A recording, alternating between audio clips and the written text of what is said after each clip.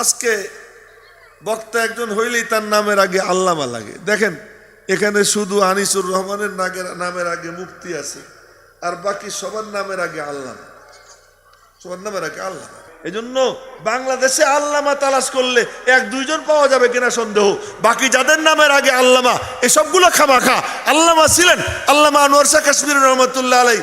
কেমন আল্লামা! সুবহানাল্লাহ, সুবহানাল্লাহ।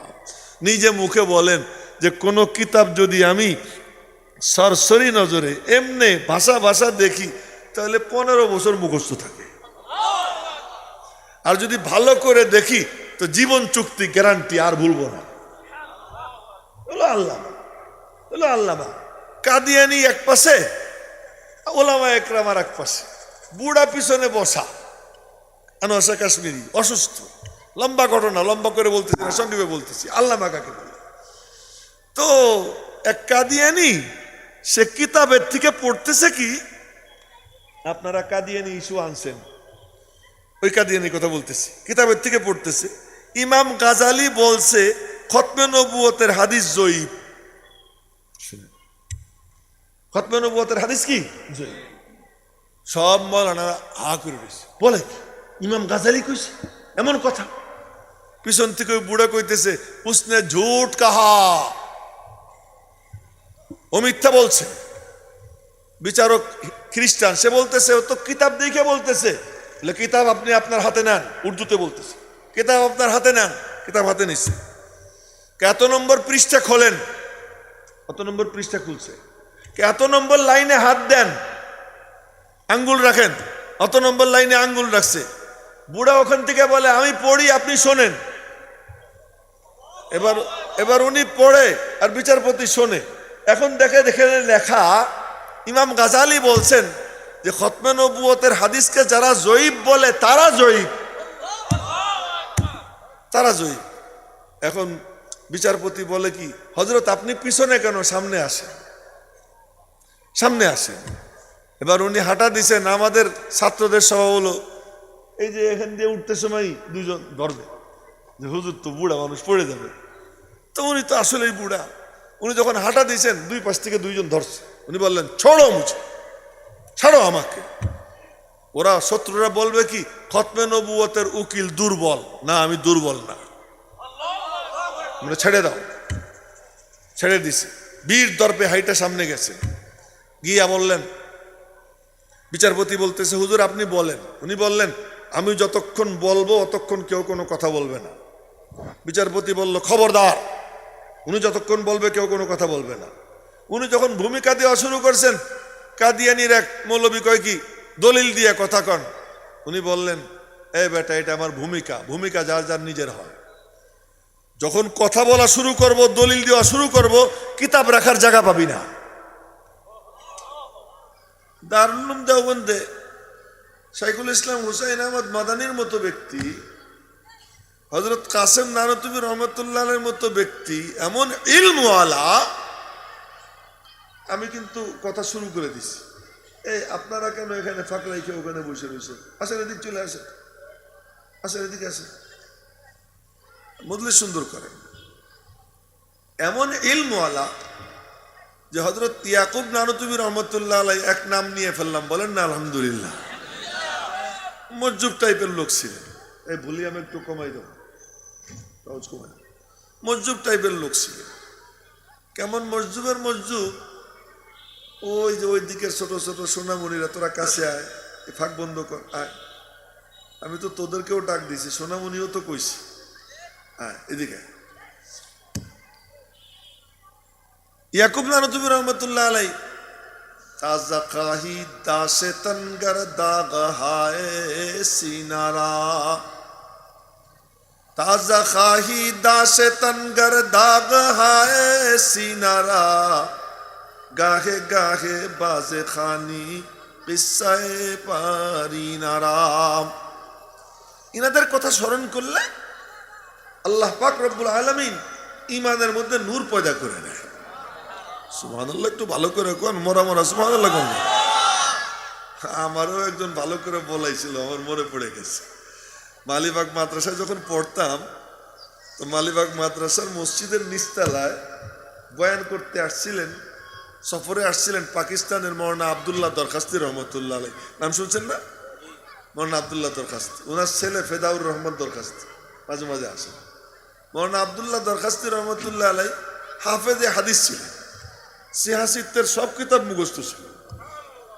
এই এমন না, আমি এক হাফেজে বুখারি পাইলাম সাভারে, ভলিউম একটু কমাই দিই, সাভারে এক হ্যান্ডবিল দেখলাম, দেখি যে হাফেজে বুখারি। আমি তারে ডাক দিলাম, খবর নিলাম, খুব খুশি লাগলো বুখারি শরীফের হাফেজ। তো ডাকাইয়ে বললাম, দেখি তরুণ, তুমি হাফেজ বুখারি শরীফের? জি হুজুর। তা আমার একটু কৌতূহল হইলো যে একটু হাদিস শুনি, আমিও তো একটু বুখারি শরীফ পড়াই। আমি বললাম কি, এই হাদিসটা একটু বলো তো। আমি কিছু শব্দ বললাম, লাকাদ রাআইতুনি ইয়াওমা আবি জান্নাল ওয়ালাউ আস্তাতিউ আন আরুদ্দা আমরা রাসূলিল্লাহি সাল্লাল্লাহু আলাইহি ওয়াসাল্লাম দারাদাতু। আপনারা সাল্লাল্লাহু আলাইহি ওয়াসাল্লাম বললেন না কেন? আর যেন এই ভুল না হয়। ওয়ালাকিন ওয়াল্লাহি মা ওয়াদানা সুয়ুফানা আলা ওয়াতিকিনা লি আমরিন ইউফতিউনা ইল্লা আমরিন আসহালনা বিনা ইলা আমরিন নারিফুহু ক্বাবলা হাযাল আমর মা নাসুদ্দু মিনহা খাসমান ইল্লান ফাজারা আলাইনা খুসাম লা নাদরি কাইফা নাতি লাহু। এতটুকু আমি পড়ে করলাম যে এই হাদিসটা পড়ো। এই তুই কি মোবাইল দেখিস? এ আমার দিকে তাকা, নিচের দিকে দেখবেন, এদিক ঘোর ঘোর, অমনোযোগী হবি না, পিচ্ছি বুড়া সব সমান। হ্যাঁ তোরে কইছি, পিছনে কি দাওস, আমার দিকে তাকা। হ্যাঁ আমি মুদাররিস, আমি কোনো বক্তা না। এই হাদিস পড়ে বললাম কি, এটা একটু শুনো হুজুর, এটা একটু কিতাব দেখতে হবে। রাগ উঠে গেছে। আর এক হাদিস বললাম, একটু বলো, একটু দেখতে হবে। তখন মনে চাইতে জুতা খুলে পিটে, বুখারীর হাফেজ নাম দিছ, তামাশা করতেছো মানুষের সাথে।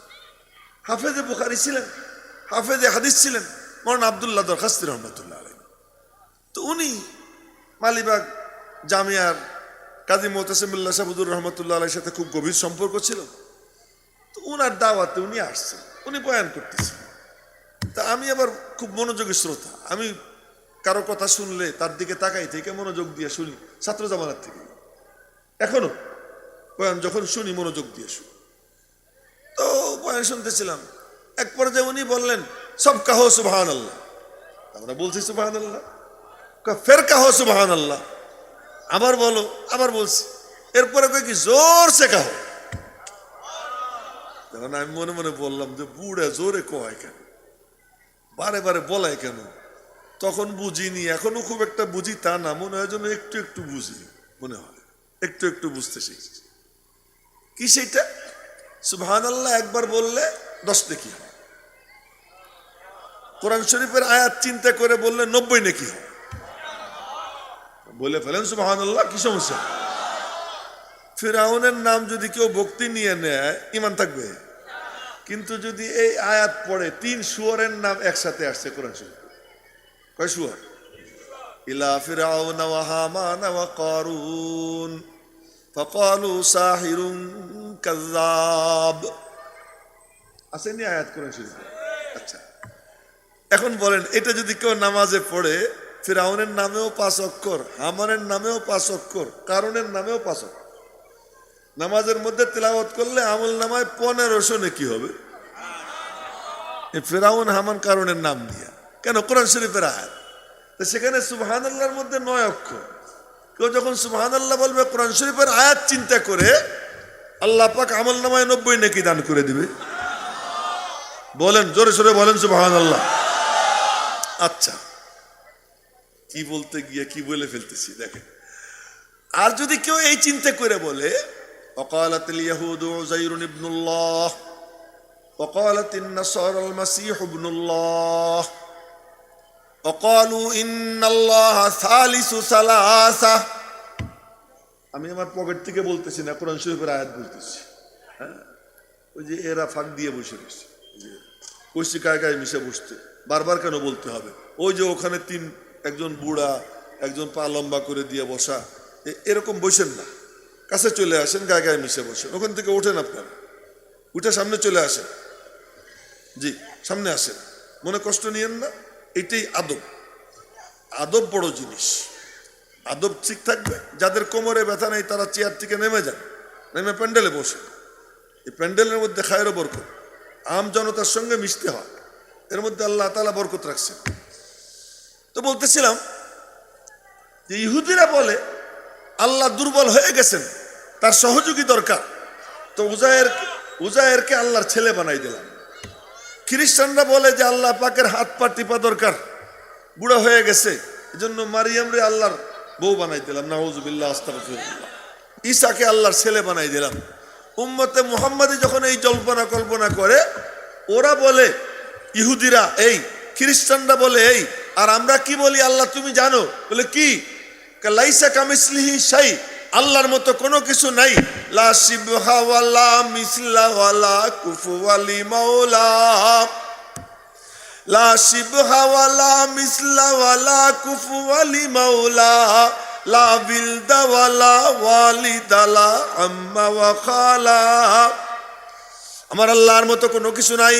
আল্লাহ বডি থেকে পাক, জায়গা থেকে পাক, জামানা থেকে পাক, পিতা হওয়া থেকে পাক, পুত্র হওয়া থেকে পাক, স্বামী হওয়া থেকে পাক, দুর্বলতা থেকে পাক, অক্ষমতা থেকে পাক। এই জল্পনা কল্পনা নিয়া কেউ যদি সুবহানাল্লাহ বলে তার নেকি এত হয় এত হয়, আমার কথা না।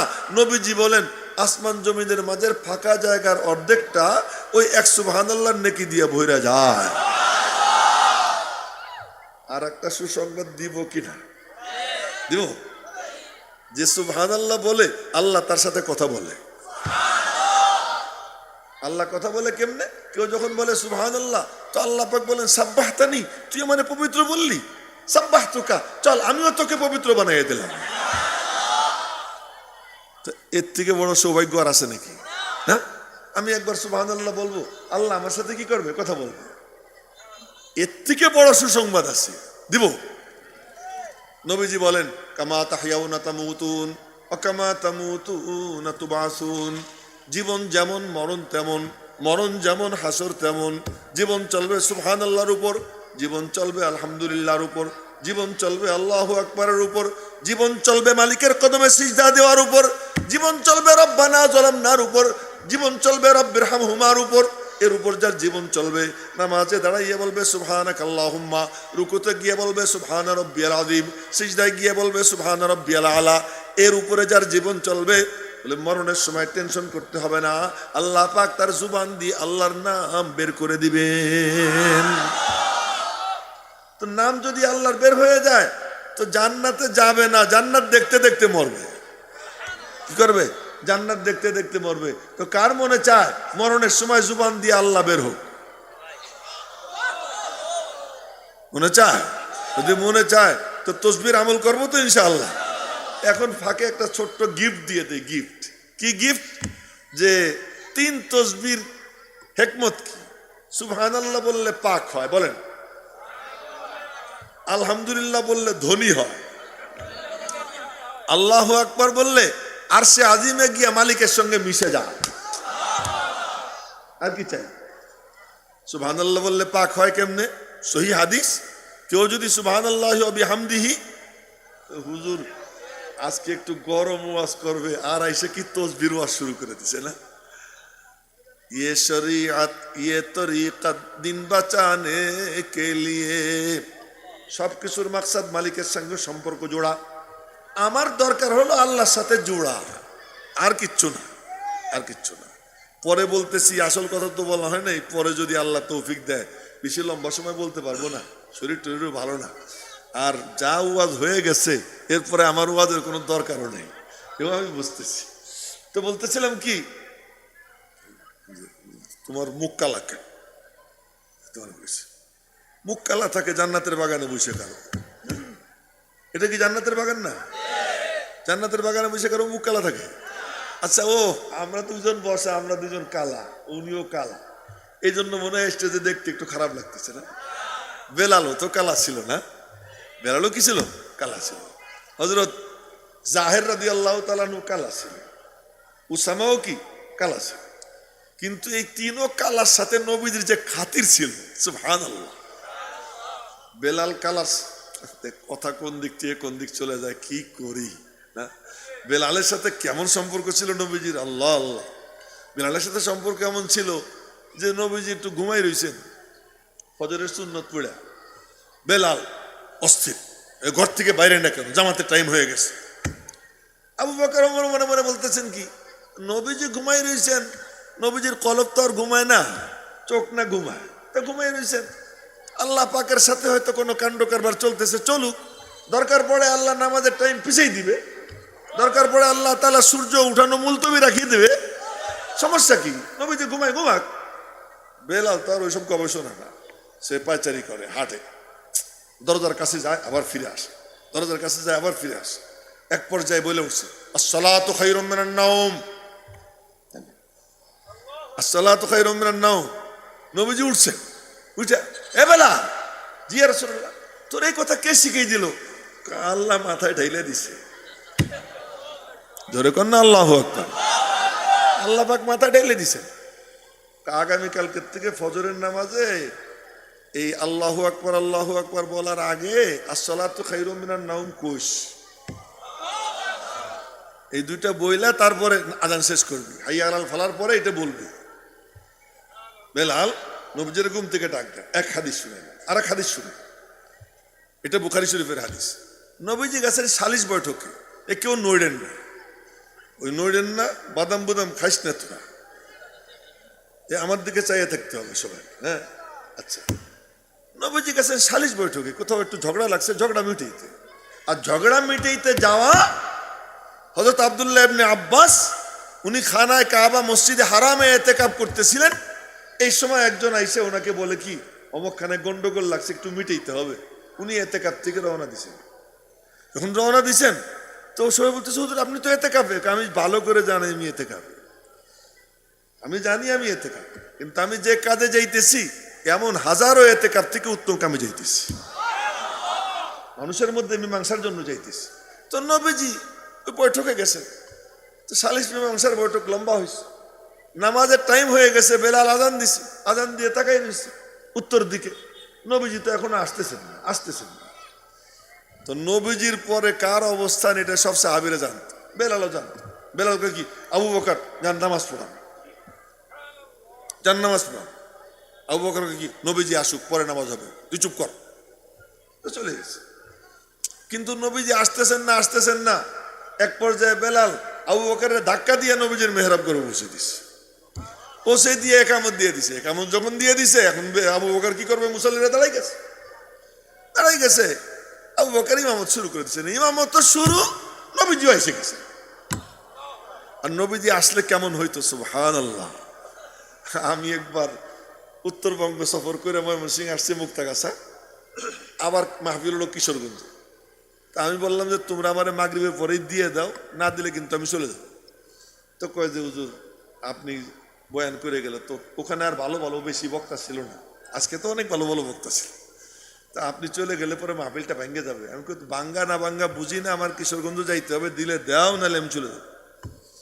কত চলে, আমি গিয়ে বসে রয়েছি স্টেজের, হ্যাঁ স্টেজে এমন জায়গায় বসে আছে, ঘোষক না এইদিকে বসা, এখন মনে পড়ছে, ওখানে ঘোষক মাইকে বলতেছে কি যে এই বক্তা যে বয়ান করতেছেন ইয়াহিয়া মাহমুদ সাহেব আসার আগ পর্যন্ত বয়ান চলতে থাকবে, উনি আসলে পরে ওনার বয়ান শেষ হবে। এটা 2-3 বার কইলো। তা আমি বললাম কি, আমি আইছি, শুনেন কথা, বললাম কি আমি আইছি, আমি স্টেজে গিয়ে বসা তাও সেটের পানি। আর নবীজির অবস্থা কি ছিল, যখন কোনো জায়গায় ঢুকতেন তো মনে হইতো তাদের কাছে যেন কয়েক লক্ষ পাওয়ারের বাতি জ্বলে উঠছে, আলোর ঝলকানি, চেহারার আলোর ঝলকানি। এটা আমার কথা না। নামাজে দাঁড়াইয়া নবীজি সালাম ফিরাইয়া নামাজ শেষ করে বলতেছেন, এই মিয়া তুমি কাতারের থেকে সামনে আগাইছিলে কেন? এটাও বুখারী শরীফের হাদিস শুনে দিচ্ছে। তুমি পিছনে ছিলে কেন? আর তুমি নামাজের মধ্যে চুলকাও কেন? আরে সাহাবীরা মনে মনে কয় কি, আপনার মুখ হলো দক্ষিণ দিকে, আমরা আপনার পিছনে, আপনি আমাদেরকে দেখলেন কেমনে? এ মনে মনে প্রশ্ন। তো মনে মনে যে প্রশ্ন, নবীজি বলতেছেন, ও এ আওয়াজ আর একটু কমাই দাও। তো ও তোমরা ভাবতেছো আতারাও না কেবলাতি হা হোনা, এখানে কেবলা কোন দিক? এদিক। আতারাও না কেবলাতি হা হুনা, তোমরা মনে করছো আমার কেবলা এইদিক, আমি বুঝি পিছনে দেখি না? ওয়াল্লাহি, বুখারী শরীফের হাদিস শুনে দিচ্ছি, ওয়াল্লাহি ইন্নী লা আরাকুম মিন ওয়ারাই যহরি, আল্লাহর কসম আমি আমার পিছন থেকেও তোমাদেরকে দেখি। জোরে কর না আল্লাহু আকবার। পিছন থেকে দেখতেন কেমনে? এই যে এই দিকের পিচ্চিগুলা, তোরা মেলা ফাঁক দিয়ে বসে রয়েছিস না, আয় কাছে, আয় কাছে। হুজুররাও ওখানে বসা, একটু কবে না সামনে আসতে? হ্যাঁ, কাছে এসে বসে। মাশাআল্লাহ, এই দিক সুন্দর হয়ে গেছে, এদিক সুন্দর হয়ে গেছে, এখন সুন্দর হয়ে গেছে আলহামদুলিল্লাহ। একটু একটু ফাঁক আছে, ওই যে কিছু বসে রয়েছে মনে হয় যে কত তাড়াতাড়ি উঠতে পারে না, এই চিন্তায় আছে। তোমরা একটু কাছে এসে বসো, ফাঁকগুলো বন্ধ করো, আসো আসো। মাশাআল্লাহ। তো এখন নবীজি পিছনে দেখতেন কেমনি? একদল মুহাদ্দিস বলেন, নইডেন না কেউ, মনোযোগ দিয়ে শুনেন। একদল মুহাদ্দিস বলেন কি, নবীজির মহরে নবুয়তে চোখ ছিল, ওই চোখ দিয়ে দেখতেন। আচ্ছা, আমার আল্লাহ যদি আমার হাতের এখানে পিঠে চোখ দিয়ে দেয়, এটা দিয়ে দেখি, এটা কোনো কারামত হইল? এটা কি? আল্লাহ এখানে চোখ দিছে, এই জায়গা দিয়ে দেখি। আল্লাহ এখানে চোখ দিছে, এটা দিয়ে দেখি। নবীজির যদি আল্লাহ চোখই দিয়ে থাকেন, চোখ দিয়ে দেখবেন, এটা এমন কি মুজিজা? এই জন্য বাংলাদেশে আল্লামা তালাশ করলে এক দুইজন পাওয়া যাবে কিনা সন্দেহ, বাকি যাদের নামের আগে আল্লামা, এসবগুলো খামাখা। আল্লামা ছিলেন আল্লামা আনোয়ার শাহ কাশ্মীর রহমতুল্লাহ আলাই। কেমন আল্লামা! সুবহানাল্লাহ, সুবহানাল্লাহ। নিজে মুখে বলেন যে কোন কিতাব যদি আমি সরসরি নজরে এমনি ভাষা ভাষা দেখি, তাহলে 15 বছর মুখস্থ থাকে। আর যদি ভালো করে দেখি তো জীবন চুক্তি, গ্যারান্টি, আর ভুলবো না। হলো আল্লামা, হলো আল্লামা। কাদিয়ানি এক পাশে, ওলামা একরাম আর এক পাশে, বুড়া পিছনে বসা। আনোয়ার শাহ কাশ্মীরি অসুস্থ, লম্বা ঘটনা, লম্বা করে বলতেছি না, সংক্ষেপে বলতেছি। আল্লামা কাকে বলে? তো এক কাদিয়ানি, সে কিতাবের থেকে পড়তেছে কি, আপনারা কাদিয়ানি ইস্যু আনছেন, ওই কাদিয়ানির কথা বলতেছি, কিতাবের থেকে পড়তেছে। ইমাম গাজালি বলছে খতমে নবুয়তের হাদিস জয়ীফ। খতমে নবুয়তের হাদিস কি জয়ীফ? সব মাওলানারা হা করে রয়েছে, বলে ইমাম গাজালি কইছে এমন কথা। পিছন থেকে ওই বুড়া কইতেছে, উসনে ঝুট কাহা, ও মিথ্যা বলছে। বিচারক খ্রিস্টান, সে বলতেছে ও তো কিতাব দেখে বলতেছে। কিতাব আপনি আপনার হাতে নেন, উর্দুতে বলতেছে, কিতাব আপনার হাতে নেন। কিতাব হাতে নিচ্ছে, কত নম্বর পৃষ্ঠা খোলেন, কত নম্বর পৃষ্ঠা খুলছে, কত নম্বর লাইনে হাত দেন, আঙ্গুল রাখেন, অত নম্বর লাইনে আঙ্গুল রাখছে। বুড়া ওখান থেকে বলে আমি পড়ি, আপনি শোনেন। এবার উনি পড়ে আর বিচারপতি শোনে। এখন দেখে দেখে লেখা, ইমাম গাজালি বলছেন যে খতমে নবুয়তের হাদিসকে যারা জয়ীফ বলে তারা জয়ীফ, তারা জয়ীফ। এখন বিচারপতি বলে কি, হযরত আপনি পিছনে কেন, সামনে আসেন, সামনে আসেন। এবার উনি হাঁটা দিছেন, আমাদের ছাত্রদের স্বভাব হলো এই যে এখান দিয়ে উঠতে সময় দুইজন ধরবে যে হুজুর তো বুড়া মানুষ, পড়ে যাবে। তো উনি তো আসলেই বুড়া। উনি যখন হাঁটা দিয়েছেন, দুই পাশ থেকে দুইজন ধরছে। উনি বললেন ছাড়ো মুঝে, ছাড়ো আমাকে। ওরা শত্রুরা বলবে কি, খতমে নবুয়তের উকিল দুর্বল। না, আমি দুর্বল না, ছেড়ে দাও। ছেড়ে দিছে, বীর দর্পে হাইটা সামনে গেছে, গিয়া বললেন, বিচারপতি বলতেছে হুজুর আপনি বলেন। উনি বললেন আমি যতক্ষণ বলবো অতক্ষণ কেউ কোনো কথা বলবে না। বিচারপতি বলল খবরদার, উনি যতক্ষণ বলবে কেউ কোনো কথা বলবে না। উনি যখন ভূমিকা দেওয়া শুরু করছেন, কাদিয়ানির এক মৌলবী কয় কি, দলিল দিয়ে কথা কন। উনি বললেন এ বেটা, এটা আমার ভূমিকা, ভূমিকা যার যার নিজের হয়। যখন কথা বলা শুরু করব, দলিল দেওয়া শুরু করব, কিতাব রাখার জায়গা পাবি না, কিতাব রাখার জায়গা পাবি না।